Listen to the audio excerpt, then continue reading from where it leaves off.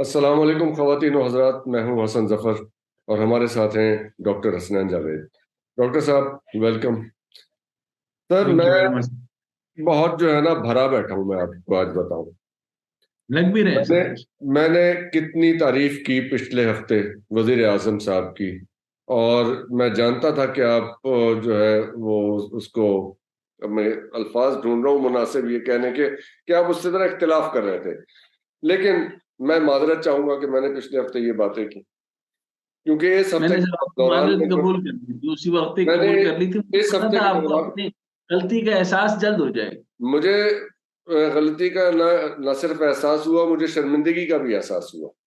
क्योंकि जो उन्होंने गुफ्तगू फरमाई वो फिर क्या हुआ वाली, कि अगर लोग इस मुल्क से चले गए 10-20 लाख, तो फिर क्या हुआ, लोग तो चले ही अफसोस सर, जाएंगे। अफसोस मेरे ख्याल में काकड़ साहब के आने के ऊपर नहीं, उनके लाने पर हुआ होगा। अब लाने पे और आने पे और जाने पे, सर हमारा मसला इस वक्त देखें बहुत गंभीर चल रहा है।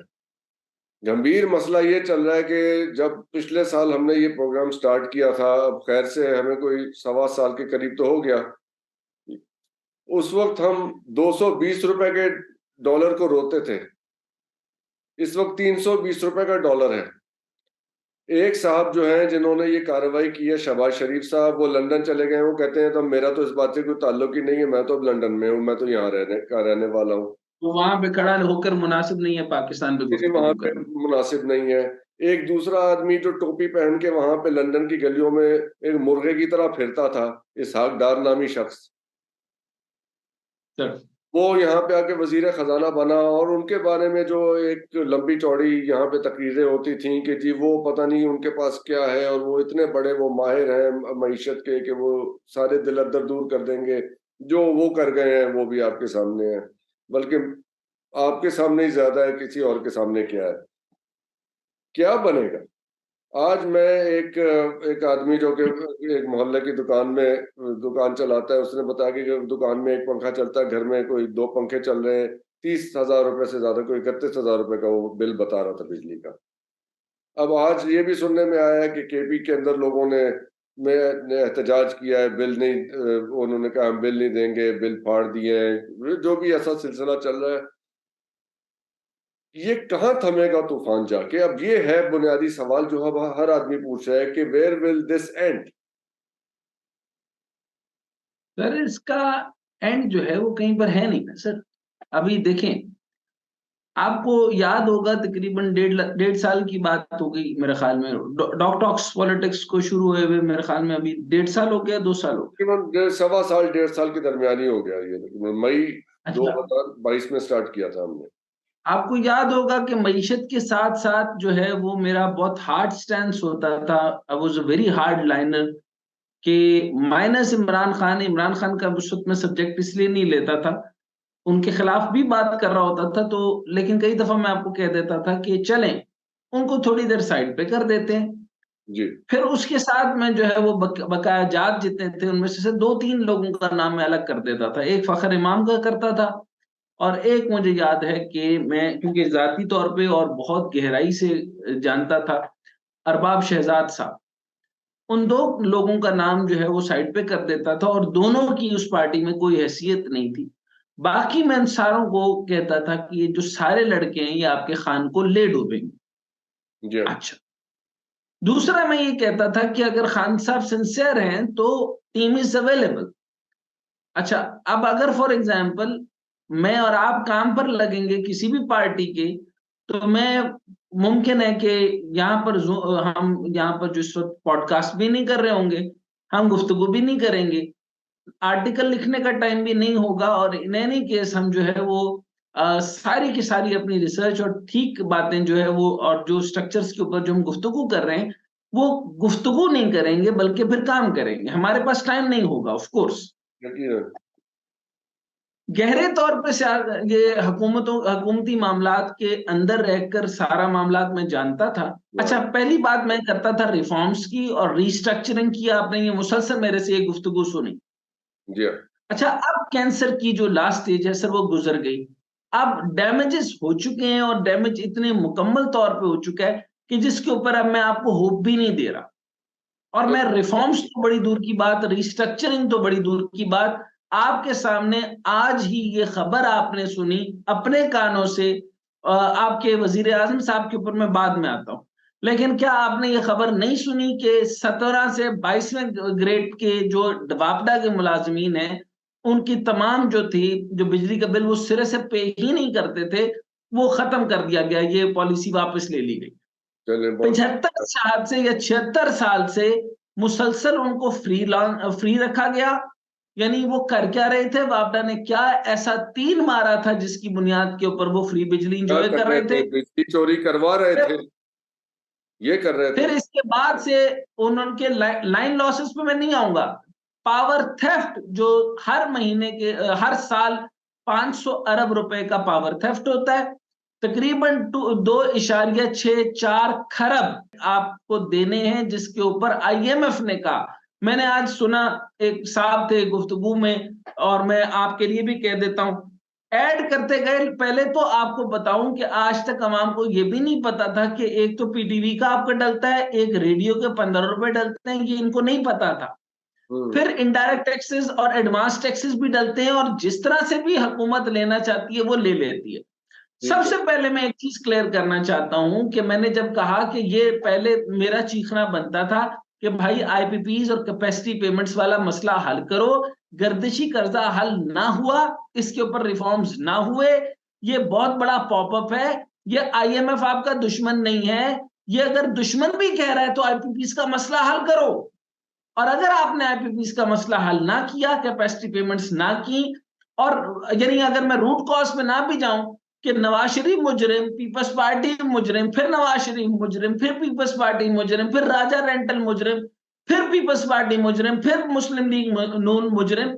और मुजरिम क्योंकि पाकिस्तान के अंदर से प्लास्टिक तो हम बना नहीं रहे थे, हम बड़ी बड़ी इंडस्ट्री तो बना नहीं रहे थे, सबसे बड़ा पावर प्रोजेक्ट बनता था हाइड्रो का। और पाकिस्तान के इन जमहूरी चोरों के पास इस पावर प्रोजेक्ट में से चोरी के अलावा इनके पास कुछ नहीं था। अब आप तरीकाकार समझिएगा कि एक जगह भूल जाता हूं, वो गुद्दू बिराज पे पावर प्लांट बनाया गया, इतनी दूर। बाद में पता चला जरदारी साहब ने बहुत बड़ा उसमें कट रखा हुआ था। कहा जाता है कि शहर से जितने करीब में पावर प्लांट होगा, उतना हर पर किलोमीटर लाइन लॉसेस कम हो जाए। ठीक है, हम अभी भी ये जितनी बात बिजली इस्तेमाल बना रहे हैं उतनी हमारी कंजम्पशन हो सकती है, बल्कि हम 8.5 लाख के करीब जो है वो बिजली जाया कर रहे हैं, यानी 12.5 लाख के करीब हमारा जो है वो यूसेज है। अच्छा, हैविंग सेड दैट, अब मैं उस बात पर नहीं आता कि हमारे पास अल्टरनेटिव एनर्जी रिसोर्सेज तो छोड़ दीजिए, मुझे सिर्फ लेना देना था कि आपका कश्मीर का इस टाइम पर रिपोर्ट आई है, अभी ताजा खबरें हैं कि उन्होंने अपनी तरफ से मार्क किया, जो कि रिपोर्ट गलत है। वो कह रहे हैं कि 22 करोड़ रुपए की जो है वो थेफ्ट यानी कि बिजली चोरी हुई है, चुनाचे। और कश्मीर जो ये है, आजाद कश्मीर की बात कर रहे हैं आप? आजाद कश्मीर की बात कर रहा हूं। वहां 22 आजाद करोड़ की कश्मीर बिजली। फेडरल, आजाद कश्मीर बिजली के पैसे चार्ज करता है, लेकिन फेडरल को नहीं भेजता। अच्छा, मतलब अब ये देखिए ना सर, माशरती उलूम पढ़ाने वालों ने आज तक आपको ये बताया है कि असल मसाइल हमारे क्या है। नहीं, असल मसाइल तो हमें अब कुछ अदराक होना शुरू हुआ ना उन असल अच्छा, मसाइल को। अब कश्मीर से जो चार्ज किए जाते हैं, फेडरल को नहीं भेजे जाते, वहीं पे यूटिलाइज हो जाते हैं। So as the case with क्या नाम है उसका, गिलगित बल्तिस्तान। अच्छा, गिलगित बल्तिस्तान में दासू डैम को अगर ये इस टाइम पर वो तकरीबन 1000+ मेगावाट बनाने की अहलियत रखता है, अगर वहां से अगर बिजली दे दें तो गिलगित वालों को 2 रुपए की पड़ेगी। और अगर वो रीजनल ग्रिड को दे दें, रीजनल ग्रिड को, तो अच्छा, वो पड़ेगी 11 रुपए की, तो भी सस्ती है, तो वो भी भी सर, ये सस्ती है। 65 रुपए तो पर यूनिट इस वक्त हम पे कर रहे हैं सर। अभी ये 80 रुपए अच्छा, पर यूनिट मुशर्रफ पे कर साहब रहे हैं। का साखसाना था, मुशर्रफ साहब की कब्र के ऊपर जो है वो हम सलामती भेज सकते हैं, क्योंकि उनका कमाल था कि दयामीर भाषा डैम, दासू डैम और ये सारे के सारे डैम्स का संग बुनियाद रखकर आज वो मुकम्मल होने के करीब हो गए, और सारे मुकम्मल हो चुके। तो थैंक्स टू मुशर्रफ साहब की, जिन्होंने कहा कि हाइड्रो के अलावा ये जो 4-5 हमें एनर्जी रिसोर्सेज आप बता रहे हो तो उसके हमारे ऊपर मैं नहीं ग्रिड में जाऊंगा। कब आएगी, तो वो बिजली कब आएगी, बिजली वो दासू अच्छा, और वो नहीं आएगी ना सर, क्योंकि उसका रीजन ये है कि वो फेडरेटिंग यूनिट अभी तक आपका पाकिस्तान के अंदर मुल्हिका तौर पे है ही नहीं। नहीं, तो उससे मतलब क्या वहां से तारें नहीं बिछाई जा सकती इसकी वजह से? नहीं ये बना, नहीं बिछाई जाएगी तो देखें, हुकूमतां दी गल तो हुकूमतां ते रहंदे, हुकूमतों ने हुकूमतों वाले काम किए ही नहीं है ना, वो तो हमें आके लताड़ ये है। तो फिर वही आपका बात हो गई निगरान ना। वजीर सर, नहीं, आपका निगरान वजीर आजम जो है उसका काम है कि नेशनल ग्रिड के ऊपर जाए और वहां से बिजली के मंसूबों की कार्रवाई पूरी करे। वो इधर बैठकर मेरी बेइज्जती कर रहा है, वो कह रहा है कि हम क्या करें, हम वो कह रहा है कि करप्शन को इंसेंटिवाइज करो, 3.5 लाख रुपए मुझे तनख्वाह देते हो तो मेरे से $1 बिलियन, $2 बिलियन की जब सिग्नेचर कराओगे तो मेरे दिल पे क्या तो गुजरेगी। उनके कहने का फिर वो मतलब क्या है कहता कि है वो कि जो 2 मिलियन $10 मिलियन में से उनका कट रखा जाए ऑफिशियली? तो उन्होंने कहा, क्या कह तो दिया, और वो क्या कहे। अच्छा, आप ये क्योंकि आपके, अच्छा इसमें मैं बाद में आता हूँ ना, क्योंकि वो आपकी पसंदीदा शख्सियत है, मैं आपको मना मैं तो नहीं कर सर सकता था, मैं आपने हमारे मुझे बड़े अदब की जगह है, आप बार लेकिन बार याद दिलाया आपने, करें। मैं तो कहता हूँ मुझे याद दिलाएं ये बात आप बार बार, ताकि मैं मतलब डूब मरूं इस बात को सोच सोच के। अच्छा अब सर आगे चलते हैं, अगला मामला समझे।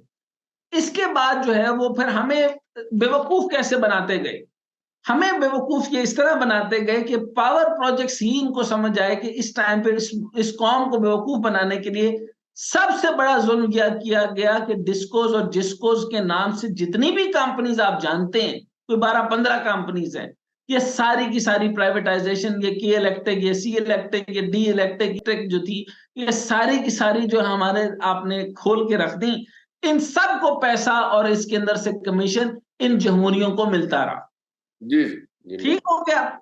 फिर मुझे ये बताएं कि एलएनजी, हाइड्रो, कोल, ईरानी बिजली, अच्छा अब मकामी कोयला आपका मकामी कोयला यूज नहीं होता, वेनेजुला से लेते हैं, और आपका जो मकामी कोयला है उसको वो अगर बनाया जाता, उसमें जो इंफ्रास्ट्रक्चर कॉस्ट आती, तो अब तक वो बनाया जाता तो तकरीबन वो 23.73 रुपए का बनता। न्यूक्लियर आपने क्या 23.73 अनार रुपए? नहीं, 23.73 रुपए पर यूनिट बिजली बनती उससे। पर यूनिट बनती, यानी जो तो इस जो कि वक्त बहुत 65 रुपए, महंगी। 65 और 80 रुपए पर यूनिट खरीद रहे हैं, वो 23 रुपए पे मिल जाती। और वो हाइड्रो की हाँ, बिजली, और तो हाइड्रो की अब जो, बिजली, अब तो सर, अब आपको सर आपको जरा आर जरा एल जरा जरा आर एल एन जी मेरी या एल एन जी, रहनुमाई कर दे, रहनुमाई सर कर सर दे कि हाइड्रो की बिजली पर यूनिट कितने पे बनती है हमारी? सर 6.94। ठीक है, हो गया। और वो 23 रुपए वो बनती। लेकिन वो अच्छा, मुद्दे के मकामी बजाय कोयले पे ये बनती। इम्पोर्टेड ऑयल से बिजली बनाई जा रही है, क्योंकि वो उसमें भी खांचे होंगे, यकीनन इम्पोर्ट खांचा, ये वो। इंपोर्ट बिल में से भी लेते हैं। न्यूक्लियर न्यूक्लियर ले ले, न्यूक्लियर से बनाया जाता तो 18.38 रुपए। अच्छा जी। अच्छा, न्यूक्लियर से इन्होंने न्यूक्लियर बॉम्ब बना लिया, तो अब क्या मैं उसके ऊपर शबरात को अनार फोड़ा करूं।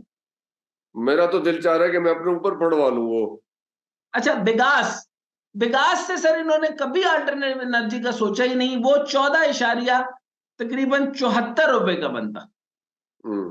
Per unit. 14.74। 74। ठीक हो गया। लोकल गैस से अगर कोई चीज बनती तो 13.02 पे बनती, और जो विंड रुकावट एनर्जी कहाँ है, पे है डॉक्टर साहब, मैं मैं रुकावट मैं कहाँ मैं पे मैं, है? मैं वो आता हूं, आखिरी बताता हूं, विंड एनर्जी जिसका बहुत शोर है, alternate alternate green energy, green energy. और तुसी बांदर हो, पागल हो, या तुम्हारा दिमाग चल गया। विंड एनर्जी का स्ट्रक्चर खड़ा करने के लिए खरबों रुपए वो चाहिए, और विंड एनर्जी से बिजली कितने की बनेगी सर, पूछें जरा मुझसे। बताइए। सर 33.64, उसका उर्दू कीजिए। 33.64। 6.4, ठीक है। 33.64 के ऊपर आप जो है वो महंगी तरीन विंड एनर्जी बनाते हैं, तो भाईजान ये प्रोजेक्ट मेरे लिए तो नुकसानदेह है ना। अच्छा, ईरानी बिजली अगर मैं मंगाऊं तो कितने की मंगाऊंगा।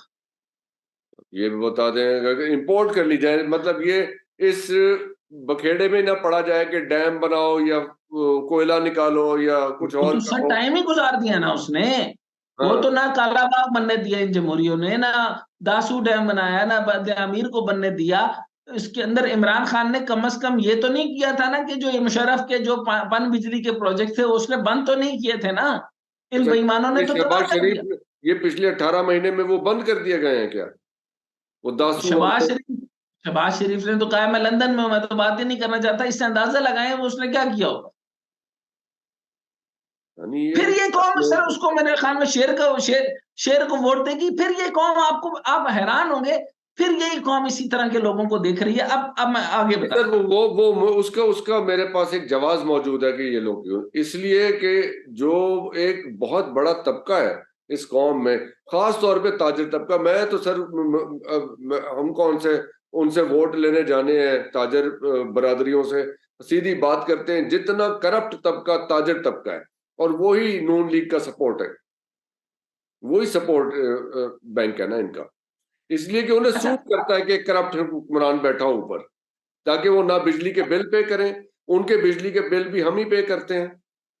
ये जो रात को 300-300 लाइटें एक दुकान में बाहर सड़क पे इन्होंने जलाई हुई होती हैं, और कुंडे सर डाले होते इतने जितने इंडस्ट्रियलिस्ट है ना, जितने हैं। हाँ, भी ये 800 टैक्स पे 500 करते हैं, अरब टैक्स पे करने तो रोने की। 800 अरब 500 अरब रुपए की जितनी भी ये जितनी भी आप, आपका क्या ख्याल है कि ये 1 अरब रुपए, 2 अरब रुपए, 3 अरब रुपए जब ये आपके इलेक्शन फंड के अंदर देते हैं, और सब कंपनीज जो है वो सारी सियासी जमातों को देती हैं। जैसे आपके मोहल्ले में अगर मनशा बाम हो, हाँ तो जी, सारे घर वाले जो है ना वो अगर हर साल हर महीने जो है ना 1000-1000 देंगे तो महफूज रहेंगे।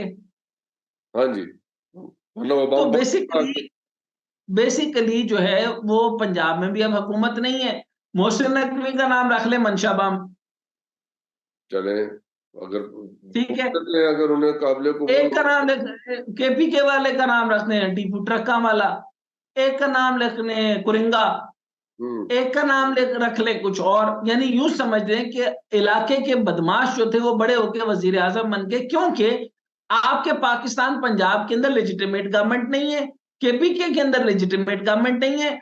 और टेक्निकली ये जो 90 दिन की अब जो पीपल्स पार्टी रो रही है, आपको लगता है कि इमरान खान फैक्टर की वजह से या किसी भी सूरत में पीपल्स पार्टी भी इलेक्शन में उतरना चाहती है? आप सवाल ही नहीं बताइए। पैदा होता। और जब ये मैंने एक टीवी प्रोग्राम में मुजम्मिल सुहरावर्दी साहब से यही बात की थी, तो उन्होंने को 15-20 मिनट लगाए मुझे ये समझाने पे कि ये है। मुजम्मिल सोहरावर्दी तो वो मुजम्मिल सोहरावर्दी तो वही इस टाइम पर शहबाज शरीफ ने लाल रंग के पहने में, उसने ऑरेंज कलर के बूट जॉगर पहने में। मुजम्मिल मुजम्मिल सुहरावर्दी साहब सोहरावर्दी तो का इस तो वक्त, जहनी तवाज़ुन और उसका इक्विपमेंट इतना गंदा और घटिया और चौक चुबारे का, और किसी बूदार किस्म के गटर की जगह पे बैठने वाले गंदे आदमी का दिमाग है। मैं सोच रहा था कि ये इतना गंदा आदमी कौन, हुकूमतें जो इसको पैसे देती हैं, जो कि जाके ये चैनल्स को देता है। तो बाद में पता चला कि शहबाज शरीफ लाल बूट पहन के देता है। हाँ जी, ऐसे ही हो रहा है, बिल्कुल यही हो ठीक रहा है है। ना सर? और ये अच्छा, मतलब अब यहां पर आते हैं सर। इस तरह के और भी 2-3 किरदार हैं। अब आपको बता देता हूँ सर।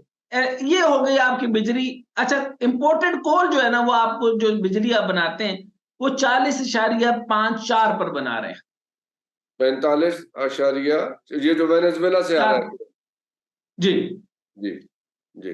इसको साइड पे रख दें और वो कहेंगे कि एक डॉक्टर है, खपती है, जो आपके सामने बोल रहा है। मुमकिन है आपको भी साथ रगड़ देंगे, 2 डॉक्टर हैं इस टाइम पे जी, खपती जी, हैं, हाँ, वो सही है। बातें कर रहे हैं। लेकिन मैं आपको ये बता रहा हूँ सब्जेक्ट ये नहीं है।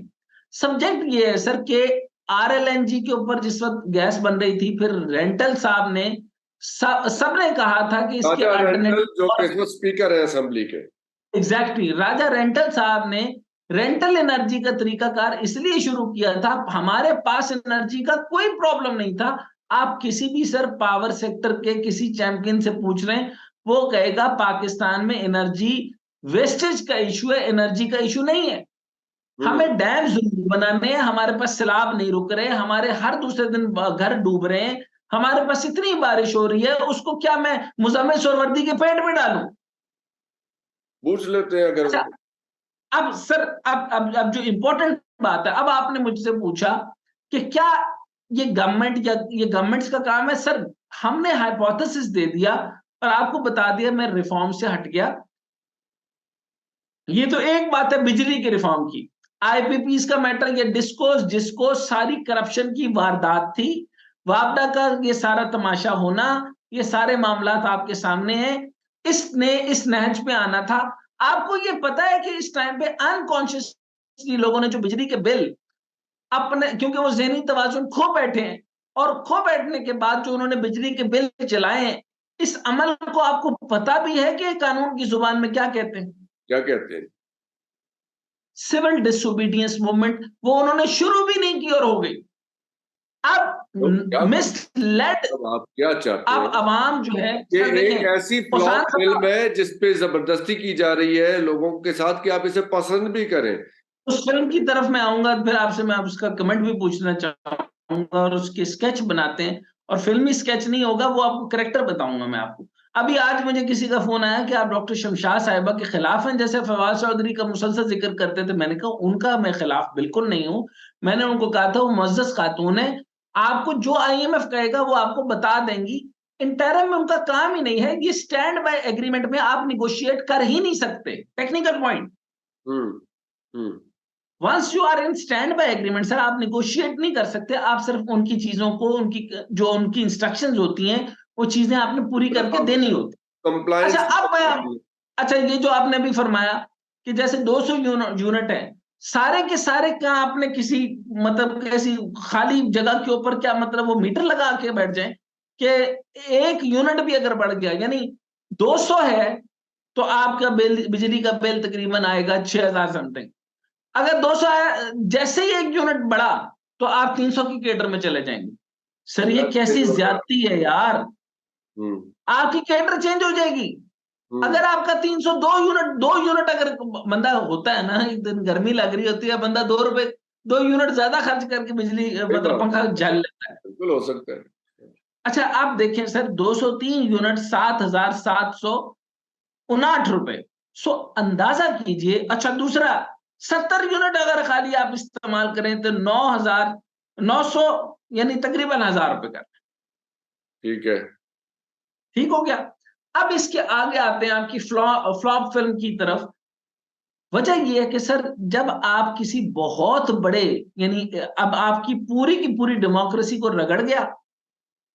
उसने कहा इमरान खान के ऊपर, हम ये कहते थे, देखिए हजारों किताबें लिखी गई, हम कहते रहे, मैं बोलता रहा, मैं मेरिटोक्रेसी पे बात करता हूं, मैं टेक्नोक्रेसी पे बात करता हूं। मैं कहता हूं कि अगर मैं भी किसी मेरिट पे नहीं आता तो मुझे भी ना रखें। पढ़ लिखना कोई कमाल की बात नहीं, रिजल्ट क्या है? यही रिजल्ट। वाली बात मैंने जब आपसे काकड़ साहब की भी पूछी, मैंने कहा ये मुंडा करदा की है? सर हम्म। आप जब बेटी का रिश्ता भी देते हैं तो लड़के से पूछते हैं कि करदा की है। आपने वजीर आजम बना दिया और लड़का करता कुछ नहीं है। मैंने तो नहीं बनाया, मुझे लगा कि जरा मुनासिब आदमी है। एक उम्मीद बंधी थी कि मामला अच्छा चलेगा आगे, लेकिन वो तो सर लड़का 15 करता दिन तो में ना। फ्लॉप हो गई फिल्म। सर उसने पहले तकरीर के अंदर उसने यकीन, एक तो यकीन दिलाया हमें कि यकीन और तयक्कुन की कुव्वत क्या होती है। मैं तो कश्फुल मौजूद के पहले 4 चैप्टरों में घूम गया तयक्कुन की कैफियत के अंदर। फिर उसके बाद उन्होंने कहा कि 3.5 और 3 लाख रुपए मुझे तनख्वाह देते हैं।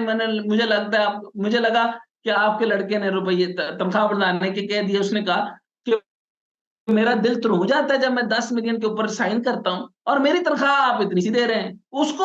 सर उस गरीब लड़के को जो आप लेकर आए हैं वजीर आजम के तौर पे, उसको अपनी तनख्वाह के लाले पड़े। अच्छा फिर उसने कहा कि ये फना तो नहीं हो जाएंगे, यानी आप मेरी कौम के मैं बच्चों उनके को जो लिए कि, देखिए सख्त आप अल्फाज नहीं नहीं सर सर इस्तेमाल कर सर रहा। मेरी कौम के मैंने बच्चों उनकी को, शान में, मतलब आपका क्या, धीरूभाई अंबानी पैदा किया है, टाटा पैदा किया है, आपके क्या इंक्यूबेशंस में काम किया है। मुझे सर सबसे पहले आप जरा जवाब देना सर। मैं कैबिनेट पे तो बाद में, इसकी सीवी क्या है सर? मैं इसको एंटरप्रेन्योर, कहूंगा सर ये एंटरप्रेन्योर क्लब बनाए। मुझे पार्ट 2 बताइए में सर, इसे कंटिन्यू कॉन्फ्रेंसेस करेंगे होल्ड की डॉक्टर सर साहब। इसने। पार्ट 2 में कंटिन्यू करते हैं, यहाँ पे भी एक ब्रेक ले लेते आप ब्रेक ले लें, लेकिन वैसे भी मुझे लगता है कि पाकिस्तान को थोड़ी सी ब्रेक चाहिए।